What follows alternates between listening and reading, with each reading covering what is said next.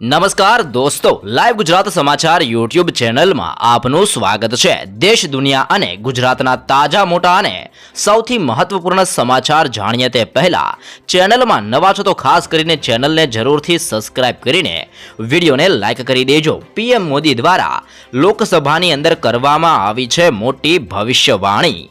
PM મોદીએ લોકસભાની અંદર આજે કહ્યું છે કે લોકસભા ચૂંટણીમાં લોકો ભાજપને 370 અને એનડીએને 400 બેઠક પાર આપશે।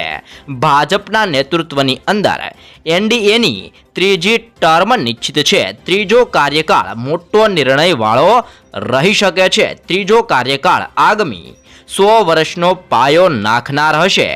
ખાતરી આપું છું કે અમે 30 વર્ષ નહીં લાગવા દઈએ।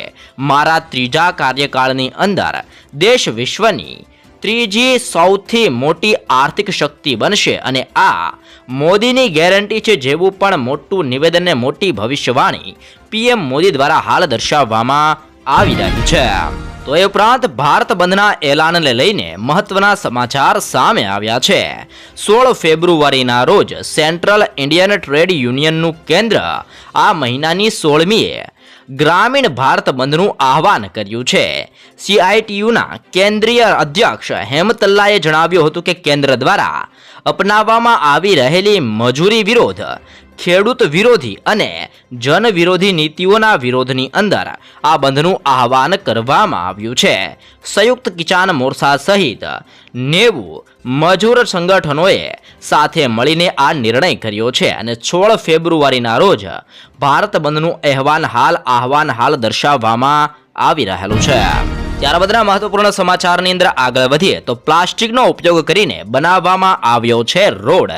સમગ્ર વિશ્વ પ્લાસ્ટિકના પ્રદૂષણ સામે ઝઝૂમી રહ્યું છે, ત્યારે સુરત પાલિકાએ નવતર પ્રયોગ કરીને ડામરની જગ્યાએ પ્લાસ્ટિકનો ઉપયોગ કરીને રોડ બનાવવાનો પાયલટ પ્રોજેક્ટ શરૂ કર્યો છે। પ્લાસ્ટિકનો ઉપયોગ કરીને 32.56 કિલોમીટરના રોડ બનાવવામાં આવ્યો છે અને આ રોડ ડામર રોડ કરતાં મજબૂત હોવાનો દાવો થઈ રહ્યો છે। આ પ્રોજેક્ટ સફળ થાય તો આગામી દિવસોની અંદર અન્ય રોડને પણ પ્લાસ્ટિકના બનાવવાની અંદર આયોજન થઈ રહેલું છે। ત્યારબાદના સૌથી મહત્વપૂર્ણ સમાચારની અંદર આગળ વધીએ તો જાહેરની અંદર લગ્ન કરતા પહેલા ખાસ ચેતી જજો। સુરત પાલિકાએ ફટકાર્યો છે અનોખો દંડ। સુરત મહાનગરપાલિકાએ પહેલીવાર અનોખો દંડ ફટકારવાનો નિર્ણય લીધો છે। એક વરઘોડાની અંદર ફટાકડા ફોડીને જાહેરની અંદર કચરો કરવામાં આવ્યો છે તો પાલિકાએ 5000 રૂપિયાનો દંડ કર્યો છે। જે વ્યક્તિનો વરઘોડો હતો તેને દંડ કરવામાં આવ્યો છે। વરાછા વિસ્તારની અંદર એક ધાર્મિક કાર્યક્રમમાં ડીજે દરમિયાન રસ્તા ઉપર કચરો નાખવામાં આવ્યો હતો। વૈશાલી રોડ ઉમિયા મંદિરની અંદર જાહેર રોડ ઉપર કચરો ફેંકતા પાલિકાના આરોગ્ય વિભાગે દંડ વસૂલ કર્યો છે। ત્યારબાદના દુઃખદ સમાચારની અંદર આગળ વધીએ તો નવજાત જન્મેલી બાળકીને રઝળતી મૂકવામાં આવી છે। પાટણ શહેરના સૂર્યનગર વિસ્તારની અંદર રસ્તાની બાજુમાં આજે સવારે એક નવજાત જન્મેલી બાળકી કપડાની અંદર વીંટવાયેલી હાલતની અંદર મળી છે। તેને 108 મારફતે પાટણ સિવિલ હોસ્પિટલની અંદર મોકલવામાં આવી છે। હાલ પોલીસ તેના માતા પિતાને શોધી રહી છે। સુજનીપુર રોડ ઉપર આ ઘટના જાણવા મળી છે। એક ખેડૂતે બાળકી મળી આવી એટલે કે ખેડૂતને બાળકી મળી આવી હતી અને ડોક્ટરના અંદાજ મુજબ બાળકી 2 થી 5 દિવસની હોઈ શકે છે। હાલ તેને આઈસીયુની અંદર ઓક્સિજન ઉપર રાખવામાં આવી છે અને તેની હાલતની અંદર પણ અત્યારે સુધારો જોવા મળ્યો છે। ત્યારબાદના જરૂરી સમાચારની અંદર આગળ વધીએ તો જાન્યુઆરીમાં ઇલેક્ટ્રિક બાઇકનું ધૂમ વેચાણ જોવા મળ્યું છે। આ વર્ષે જાન્યુઆરી મહિનાની અંદર ઇલેક્ટ્રિક 2 વ્હીલરની ખરીદીની અંદર નોંધપાત્ર વધારો જોવા મળ્યો છે। જાન્યુઆરીમાં કુલ 81343 ઇલેક્ટ્રિક બાઇકનું વેચાણ થયું છે, જેમાં ઓલા ઇલેક્ટ્રિક બાઇક 32160 વેચાણી છે। ટીવીએસ મોટર 15181, બજાજ ઓટો છે જે 10742, એથર એનર્જી 9209 અને અન્ય કંપનીઓની ઇલેક્ટ્રિક બાઇકો 14051 વેચાઈ છે। અને આ દરમિયાન ગયા વર્ષની સરખામણીની જો માહિતી મેળવીએ તો 2023ની અંદર જાન્યુઆરી મહિનાની અંદર 64642 ઇલેક્ટ્રિક બાઇકનું વેચાણ કરવામાં આવ્યું હતું, જે ગયા વર્ષ કરતાં આ વર્ષે 24% આ વખતે ઇલેક્ટ્રિક બાઇકની અંદર વેચાણની અંદર વધારો જોવા મળ્યો છે। ત્યાર બાદના સમાચારની અંદર આગળ વધીએ તો પેટીએમને 20,500 કરોડનું નુકસાન થયું છે. પેટીએમના શેરની અંદર સતત ત્રીજા દિવસે ઘટાડો નોંધાયો છે. ઈડીના પ્રતિબંધ પછી શરૂ થયેલો શેરનો ઘટાડો આજના સત્રની અંદર 42.4% સુધી પહોંચ્યો હતો. કંપનીને 20,500 કરોડનું નુકસાન થયું છે. ટ્રેડિંગના અંતે કંપનીના શેરનો ભાવ 438 થયો હતો. રોકાણકારો હાલ પેટીએમના શેર વેચી રહ્યા છે, જેના કારણે દિવસે ને દિવસે કંપનીના શેર ગગડી રહ્યા છે. અને જણાવી દઈએ કે આરબીઆઈની કાર્યવાહી બાદ કંપનીના શેરની અંદર ભારે ગિરાવટ જોવા મળી છે. ત્યારબાદના સમાચારમાં આગળ વધીએ તો મનીષ સિસોદિયા અઠવાડિયાની અંદર એકવાર પત્નીને મળી શકશે. આમ આદમી પાર્ટીના નેતા મનીષ સિસોદિયા માટે સારા સમાચાર સામે આવ્યા છે.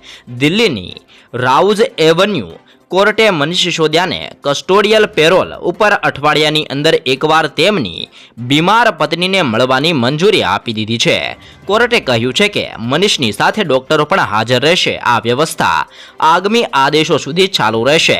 કોર્ટે તેમની નિયમિત જામીન સુનાવણી માટે 12 ફેબ્રુઆરીના રોજ બપોરે 2 વાગ્યાનો સમય પણ નક્કી કર્યો છે. તો એ ઉપરાંત આવનાર 5 દિવસ કેવું રહેશે વાતાવરણ, તાપમાન, તેની માહિતી મેળવીએ તો હવામાન વિભાગે આગાહી કરી છે તે અનુસાર આવનાર 5 દિવસો દરમિયાન વાતાવરણ સૂકું રહેશે. 3 દિવસ પછી તાપમાનની અંદર ઘટાડો થશે, જેના કારણે ફરી એકવાર ઠંડીનો અનુભવ જોવા મળશે. ઉત્તર પશ્ચિમી દિશાઓના પવનો ફૂંકાતા ઠંડીની અંદર વધારો જોવા મળશે. વેસ્ટર્ન ડિસ્ટર્બન્સના કારણે સૌરાષ્ટ્ર અને કચ્છની અંદર વાદળ છવાયું વાતાવરણ રહી શકે છે. હવામાનકાર આગાહીકાર આંબાલાલ પટેલે પણ 7 ફેબ્રુઆરીથી રાજ્યની અંદર ફરી એકવાર ઠંડીનું જોર વધશે જેવી પણ મહત્વપૂર્ણ આગાહી દર્શાવવામાં આવી છે. તો એ સાથે જ સરકારી ભરતીની તૈયારી કરતા ઉમેદવારો માટે મહત્વના સમાચાર સામે આવ્યા છે. ગૌણ સેવાએ જગ્યાઓની અંદર ફરી એકવાર કર્યો છે વધારો. સ્પર્ધાત્મક પરીક્ષાની તૈયારી કરતા ઉમેદવારો માટે સૌથી મોટા અને મહત્વના સમાચાર સામે આવ્યા છે.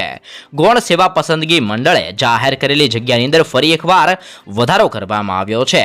ઓફિસ આસિસ્ટન્ટની 12 જગ્યા તથા અન્ય કચેરીઓની જુનિયર ક્લાર્કની અંદર 340 જગ્યાની અંદર વધારો કરવામાં આવ્યો છે. એમ મળીને કુલ 352 જગ્યાનો વધારો કરીને હવે કુલ ભરતીની જગ્યા 5,556 કરવામાં આવી છે. તો એ સાથે જ માત્ર ₹1 અંદર થાય છે કેન્સરની સારવાર. વલસાડના વાઘલધરાની અંદર માત્ર ₹1 અંદર કેન્સરની સારવાર થાય છે. અહીં આયુર્વેદિક પદ્ધતિથી કેન્સરનો ઇલાજ કરાય છે. આ હોસ્પિટલ વલસાડથી લગભગ 15 કિલોમીટર દૂર નેશનલ હાઈવે ઉપર આવેલી છે, જે પ્રભવ હેમ કામધેનુ ગિરિવિહાર ટ્રસ્ટ દ્વારા સંચાલિત છે. સારવાર કરવા માટે દૂરથી દર્દીઓ આવે છે અને વર્ષની અંદર સરેરાશ 7,000થી વધુ દર્દીઓ સારવાર માટે આવે છે અને છેલ્લા 5 વર્ષમાં 75,000થી વધુ દર્દીઓ અહીં સારવાર લઈ ચૂક્યા છે.